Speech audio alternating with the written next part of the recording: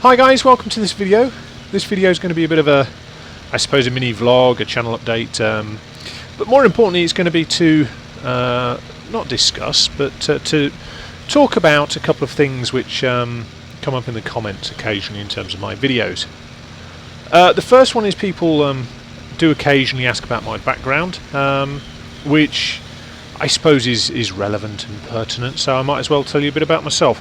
Now this video has been quite hard to make. It's been hard to make in terms of determining what I should and shouldn't put in the video, and all will become apparent.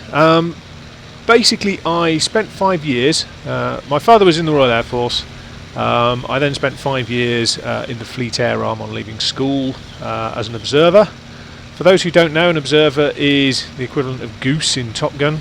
The one who operates the radar, does the navigation, and that was predominantly in helicopters, although I did do some fixed wing aviation as well.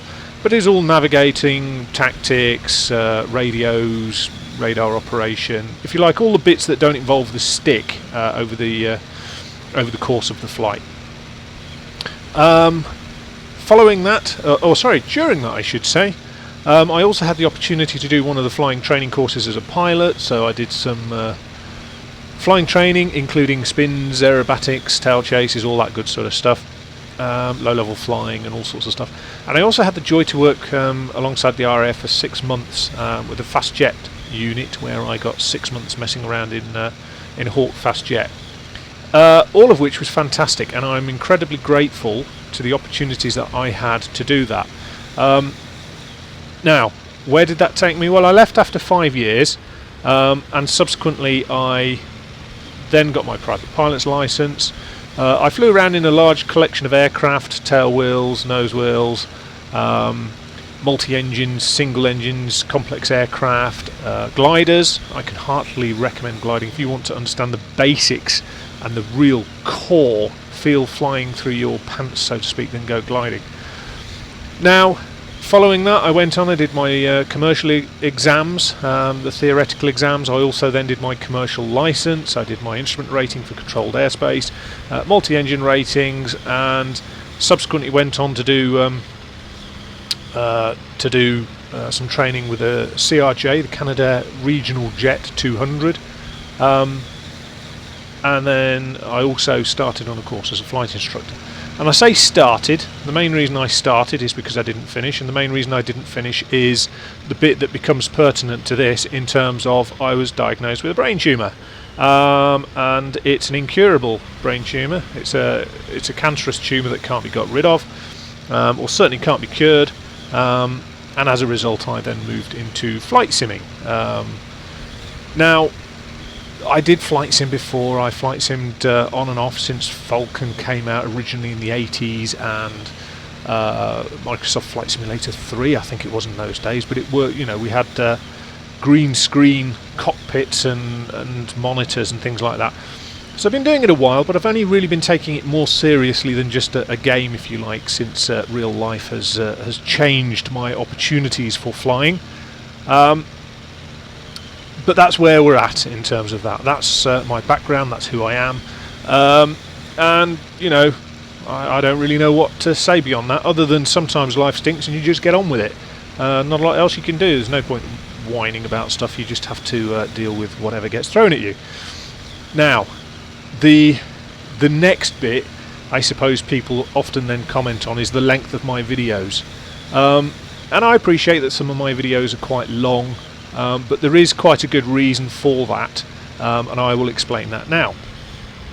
Quite a while ago I purchased the JustFlight Canberra, which I have to say is a marvellous aircraft and a marvellous simulation of it. However, despite the quality of the product, I've only flown it probably about 12 or 13 times, and I'll explain a little bit more about that. When I bought it on the back of some very good reviews, and what I would say is that the reviews, whilst they were accurate in what they discussed, they didn't discuss every aspect of the aircraft. And in particular, they didn't discuss the flight envelope, the operations, the handling of the thing. Now, this is basically a Cold War bomber. and subsequently it's been simulated very accurately. But what wasn't really discussed was the fairly limited flight envelope, which basically puts it very close to, but not exactly in, the airliner category. However, unlike a lot of modern airliners, you've also got the difficulties with 1960s and 70s jet engine technology and cockpit systems. It's incredibly, not difficult, but it's incredibly restrictive in terms of what you can and can't do with the aircraft. So consequently, what you end up with is an aircraft that has very specific operational capacities within a flight sim environment. It's not aerobatic, it's not a fighter, it doesn't have any active weapon systems, it's not compatible with TAC pack, so you can't use it if you like as a bomber. It's got very limited manoeuvrability, so you can't just take it up for a quick spin because of the complexity of the systems and the intensity of the flight modelling. Beyond that, the other thing is that for me, it didn't fill a gap in my flight simming or even fit with something that I want. So, for example, although its flight characteristics and behaviour are like an airliner, because of the level of navigational technology, you can't do SIDS stars, you can't fly it like an airliner, you can't operate it in that same way. So I was left with arguably an incredibly good simulation of a very interesting aircraft, but I never fly it, and I never fly it because it doesn't fit into what I was hoping to get out of it, and the reason it doesn't fit in is because I feel that I didn't have all of the knowledge I would have wanted before I subsequently purchased it.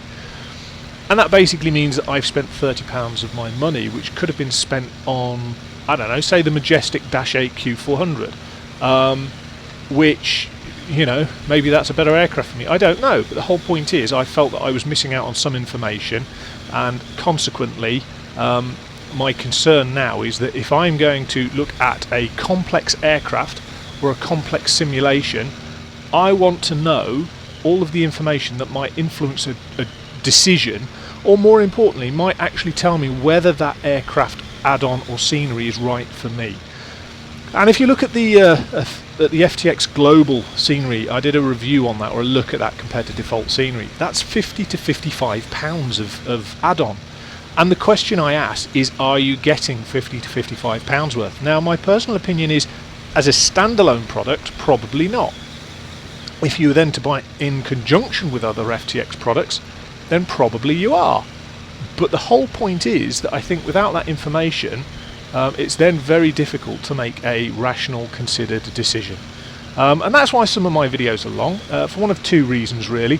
Either it's an expensive product, and I think a buyer or a user needs to know more about it, or subsequently, and possibly more interestingly, is whether it meets the criteria for the buyer in terms of what they want to do.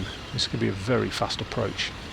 And that for me is where it caught me out with the JustFlight Canberra. A remarkably good simulation, very good aircraft, highly recommended if you want to fly a Canberra. And that's what I've done with the F14 videos I'm doing. The F14, if you were to just buy it and you had no knowledge of it, it could very quickly fall into what I would class as the Canberra category. The difference is that when I then bought it, I knew what I was looking for, and what I was looking for was something that would challenge me, enable me to learn more about supersonic swing wing handling, and also potentially something I can use with TAC pack, which is a product I'm tempted to go out and buy. And in effect, what I had, the difference is at that point I had a clear objective, an understanding of what the aircraft was going to be. I didn't quite anticipate the level of aerodynamic modelling and how challenging an aircraft it would be to fly, but the whole principle is that when I'm doing the videos about it, I want people to appreciate that when they get into this thing, it has handling nuances, it has traits, it has character that initially could be very discouraging if all you did was just buy the package blind and go, hey, I want to fly an F14.